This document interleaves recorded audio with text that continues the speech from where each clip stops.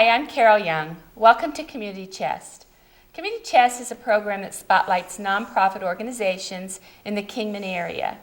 If you're a nonprofit organization and you would like to appear on one of our shows, contact us at 718-3600. That's 718-3600. Now today's show is going to focus on the Boomers organization, and my special guest is Janet Watson. So stay tuned, don't go away, we'll be right back after these messages. Hi, welcome back to Community Chest. Our show today is on the Boomers, and Janet Watson is my special guest. And Janet, I want to thank you for coming today. Well, thank you for having us. We truly appreciate that. I enjoyed every time you come because I always learn different things, no matter what you're talking about. Before we start on the program itself, tell the audience a little bit about yourself and what you do, and then we'll get into how you got involved with the Boomers, if that's okay. Sure. Okay. Well, I moved to Kingman in the 70s, and I've lived here a long time, and I've been involved in a lot of things, many years on the school board. I was a teacher first, then I was on the school board, and did a lot of things at that level, and I've always been concerned about schools and our kids. And then I guess it was like 7 years ago, I ran for the city council and I was elected, and I'm in my second term, and that just broadens everything else that you get involved in. You know, we're still connected with the schools, but there are a lot of civic activities that are going on. And so I love Kingman and try to do anything that I can to make it a better place for all of us. And that kind of leads up to how I got involved with the Kingman Boomers. It was a brainchild, really, of Marvin Robertson and Mike Bohuniak after the city had to eliminate the cost for the fireworks from our budget. Right. As money got tighter and tighter, we took serious hard looks when we were working on budget that we couldn't afford to keep it in there. And so the community got together under their leadership and formed this organization called the Kingman Boomers. It's a very small group of volunteers, and I've been involved since, well, it's been almost a year ago. And, you know, contacting different civic organizations, businesses, individuals, to help us raise the money. Last year, our goal was $25,000, and we actually raised over $26,000 for the fireworks, and all of that was spent on the fireworks. We did have a little nest egg this year to start with because we had a golf tournament on July the 4th last year. So the money we raised from that, we left in the bank, so we didn't have to start at zero this year. So we have over $5,000 in the bank, and that's why, in case anyone got confused, are they trying to raise 25 or 20? Because the paper had the headlines, thank goodness for the Kingman Daily Miner and their help, said $20,000. That was because we already had the little nest egg to start with. Right. So our goal is still, the total goal is $25,000, and we are talking to businesses and organizations and individuals that we talked to last year, and the support's been fantastic. So I guess I segued farther than you asked me when to tell about myself, but you know how you just keep busy and you keep moving forward and you keep trying to do the right thing for everybody. Right. Well, you know, the city didn't really want to eliminate those funds, but we just didn't have any choice. And Mike Bohuniak, he stepped up right at the time of the budget time when we decided that we could not afford it anymore. So I really appreciate Mike and all of the members of the Boomers that has done that. Right. And he's still involved, you know, and as is his wife, and most of the people who were involved last year are again, and we have some new members who've also come on board. And of course, our fundraising chair is Erin Cochran, and you know Erin well. She is a go-getter. She always says she's a worker bee. Well, she stays busy. She does. And so thank goodness for her as well. She's helping me with the Lee Williams High School Student Council. We're trying to raise money for the council and the youth group, and we're going to have a basketball game, so she's working on that too. One thing that really amazed me was how fast you raised that money last year. I know they had to do a 501c3 in order to be a nonprofit organization, and once that got through, then you guys just really got that going, and well, fundraisers. We had fundraisers, and we just made a list of organizations and businesses to contact, and I can't remember if there was a single one that said no. Some of them made large donations, some were smaller, and everything in between. And this year it seems like some of those people have just been waiting for us to contact them, because I think everyone was so proud that they were a part of it last year. Right. And everyone that I talked to said they were fantastic last year. They were the best we'd ever had. Well, the weather was gorgeous. If you remember, we had a light sprinkle that day. Yes. And because we had the golf tournament that day last year. Right. And they said when there's a little more moisture in the air, it makes the fireworks look more beautiful. Oh, I didn't know that. Interesting. And so I said, is it just me because I was so involved? And the fire chief said, no, I've been involved with this forever, and these were gorgeous. Carole, why is her name escaping me? Mayor. Carole Anderson said these are the most gorgeous fireworks we've ever had. And so she was very impressed. And of course, she was one of the past electeds that helped us, because people who had served on the council before, I approached them because they understood the budget part of it. Right. Like you said, we didn't want to cut it out of the budget, but at that time, if you remember, we had eliminated some positions. We were not filling some positions. And so it was a very difficult time. It's gotten a little bit better, but it was extremely hard then. So how can you lay people off or not fill positions and then spend $25,000 on fireworks? Right. And there were other items that we had to eliminate too. And I know the fireworks last year was just gorgeous. I had my son from Indiana and his family, and I was so proud because we watched it in our backyard and you could just see it. It was beautiful, and they just raved about how wonderful they were. Well, we got lots and lots of compliments, and I think that everyone was proud they were a part of it. And so it's gone very well so far this year. So. They seemed to last a long time last year, too. Well, they were longer because, like I said, I think the previous amount that the city had spent was $22,000. Like I said, and if I'm not mistaken, we had about $26,500 last year. I don't remember the exact number, but it was considerably more. And we had, of course, the fireworks company had more and different things that they had in the show, which we hadn't had before. Right. So it was just an exciting time, and I think that even people who just donated $1 or $2 felt like they had a buy-in. Right. And so that's what we had hoped, that it would be a broad-based support from our community, that everyone was a part of it. Because as far as I know, the city's not flush. It's not like the city can put this back in the budget. So the community is going to continue to do this, we hope. And so far, like I said, things are going very well this year. Right. Tell us about some of the fundraisers that you had last year that helped raise all this money. Okay, you're jogging my memory. I could have written that down. I know we had the golf tournament.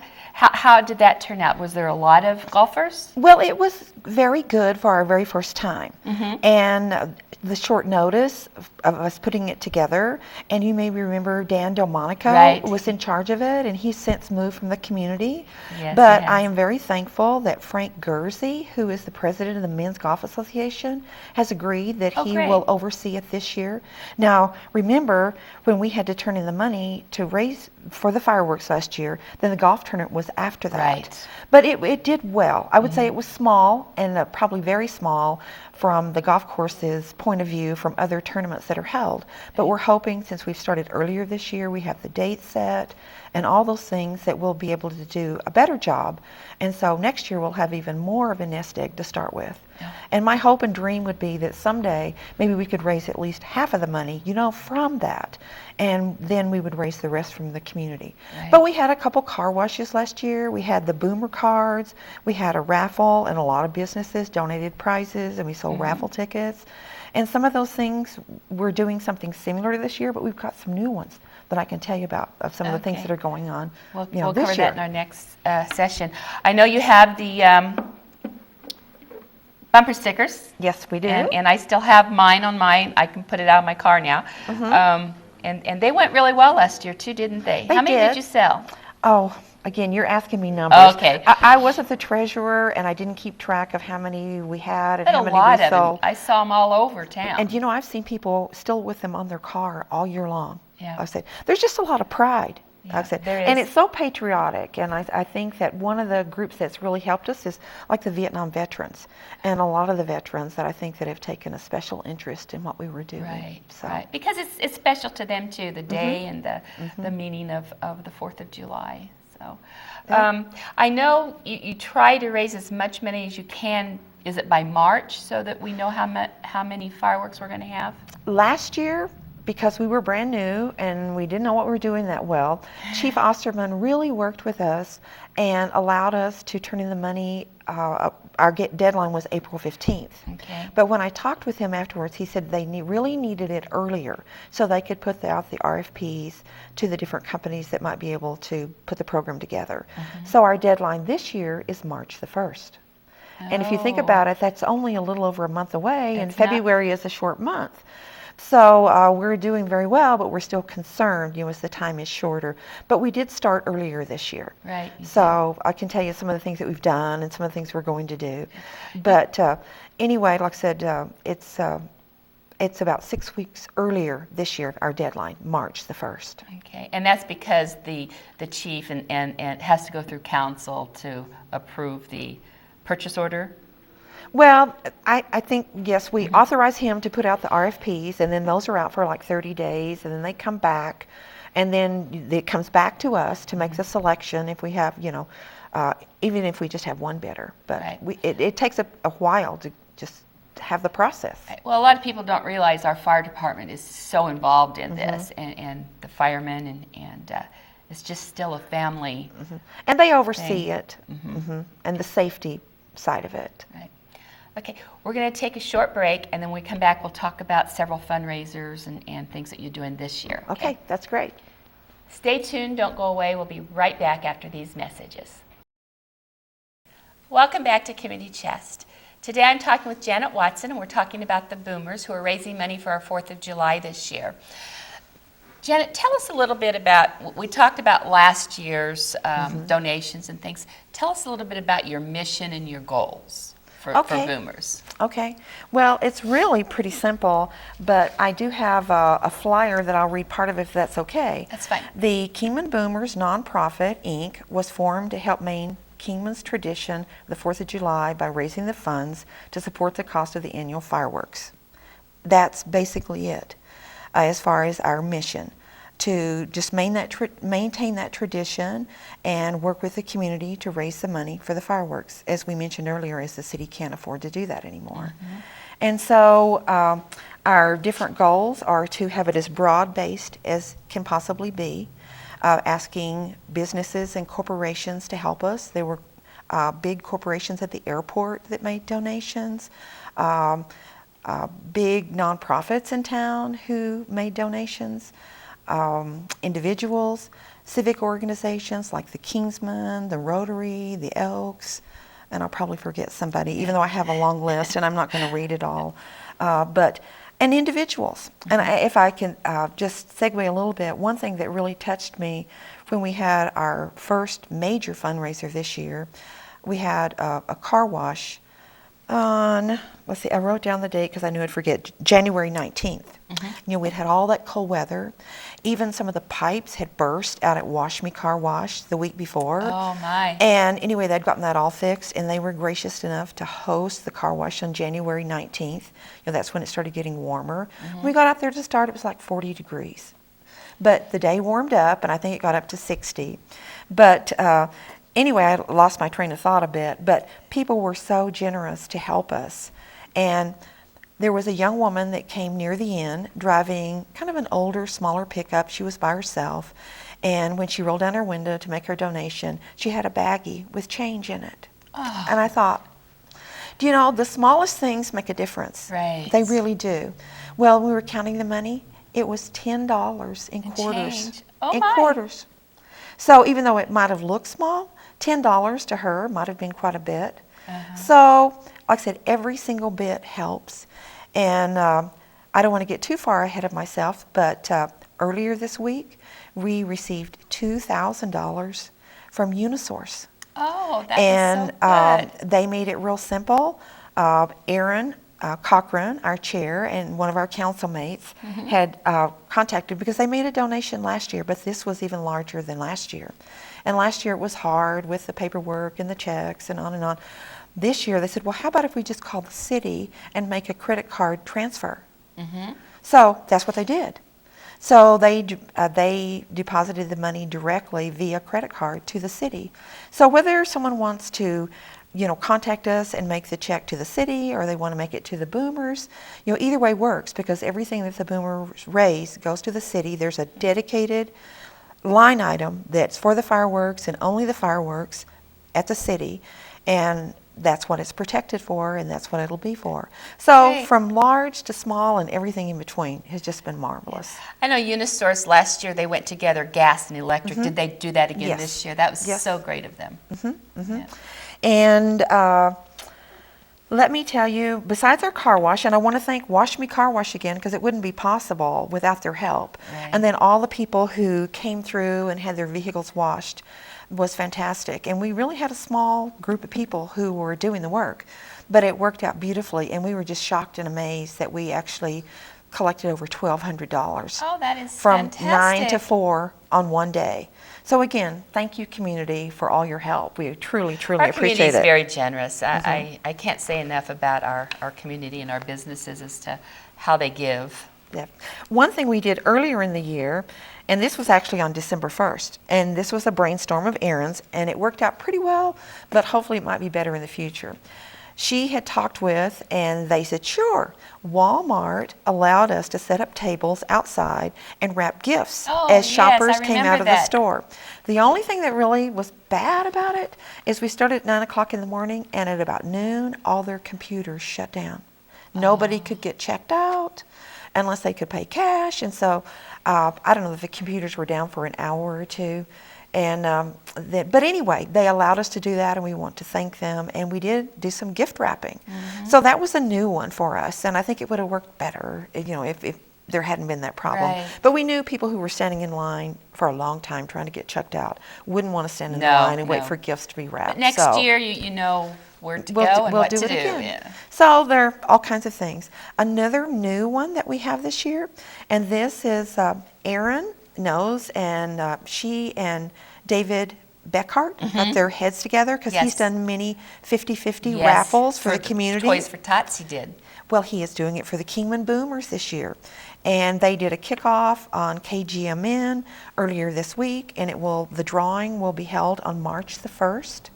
So anyway, it's a 50-50 drawing, and the tickets are $1 a piece, or 6 tickets for $5, or 13 tickets for $10, or 30 tickets for $20. Oh, wow. And so he is spearheading this whole thing. And that's David at Chicago Title. And if anyone wants to contact him directly on that, I have his phone number with me. Okay. And that is 263-0085. Of course, that's Okay. 928-263-0085. That's at Chicago Title, David Beckhart. So then Or he if- can contact Aaron or me as well. Right. So then if they wanted to go to Chicago Title to donate, they can do that too. Absolutely. Okay, and it's off of Andy Devine there. Yes, it's right across the street from like the police station. Right. Yeah, at Chicago Title. I think that's wonderful they're So, doing that. And because the beautiful part of it is they're handling it. Because our group is so small. Right. And I'd like to invite anybody out there that has an idea for a fundraiser that they could do that. And that would be wonderful. Another new one we have this year, a new donor is Cliff Finley Auto. And they're going to donate $10 for the Boomer for every vehicle they sell in the month of February. Oh, And that may great. not sound like so much, but hopefully they'll sell lots of vehicles. Right. So that is new and that's different. So there may be some other businesses out there that might say, do you know what? I could donate, 25 cents for each meal I serve, or for Right. each, $5 for each tire I sell, or who knows. So there are a lot of different ways that individuals can raise money where they don't just end up writing the check themselves. We appreciate that a lot. And I know that there are people who are committed to helping, but I think those are the main fundraisers that I can think of that we have going. And we'll have another car wash too. Are you putting out any donation cans at any of the businesses that people can just donate? That didn't Change? work so Okay. well last year. And I think maybe our cans were too big. That could be. And so anyway, anyone that would like to do that, we'll try to put one like at the city complex, because I know Sue there at our desk really enjoyed doing it. Okay. But it was difficult for some businesses, and it was difficult to kind of keep an eye on them to make sure they were secure, Right. because they weren't those little boxes that have the keys and the lock and all that. So we just didn't do that this year. And we're not doing a regular raffle, because that involves going out and asking for Oh, yes. gifts and on and on. And we just really didn't have enough time or people, because Patty Nee collected a lot of those prizes last year. And she hasn't been able to help us this year. She and her husband both have some health issues. So they're Oh, that's huge a shame. supporters, but they can't do all the legwork that they did last year. In fact, she was here last year for your show. Yes, she did. She did And the she enjoyed it so. interview. And she was so committed. She was our treasurer last year. And this year, Linda Bahuniak is our treasurer. Okay. So And anyway. who is your president and vice president? Okay, this year Harley Pettit is our president, and the fellow who was our vice president had to resign, so we have a vacancy there right now. Okay. So we meet, as often as we can to get together and say, now what are you doing and where are you going and who are you talking to? But for the most part, we do a lot of communication via phone, email, text. I'm going here, I'm going there, have you already been there? So we're still small enough that we can do that. And it's kind of refreshing that we don't have to follow any of the guidelines of like the open meeting laws. Right. We're I know, a small it's group, so we can it's work. so different. It's more like the private sector. When you have an idea, you can attack it and you can do it Right. and delegate someone to take care of it, and it happens. Right. It's So- so different than not as much red tape, and you get things done a lot faster than. Right. Well, today I have 2 appointments to go and talk with people who were donors last year, and taking them our letter of request and visiting with them. And we have some new people. 2 different contacts that we had at the car wash said, now be sure and come by my business. We'd be happy to help you. Right. And so those are 2 new ones that are out there.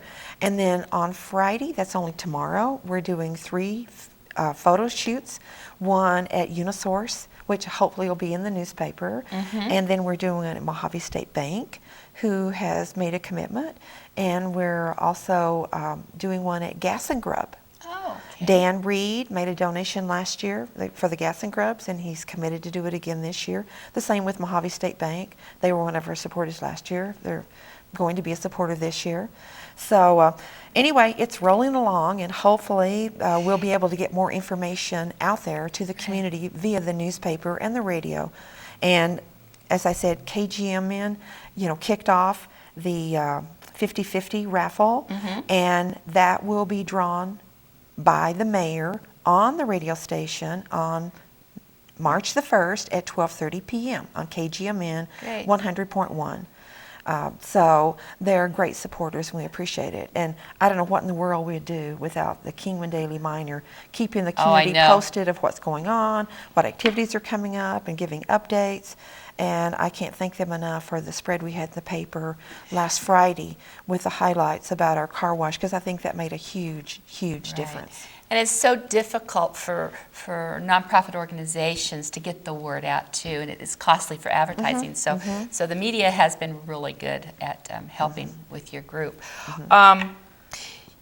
Volunteers, do you need volunteers? Anyone that would like to volunteer, please contact our chair of the fundraising, Erin Cochran, and that number is 279-8367, or they can call me at 753-3499.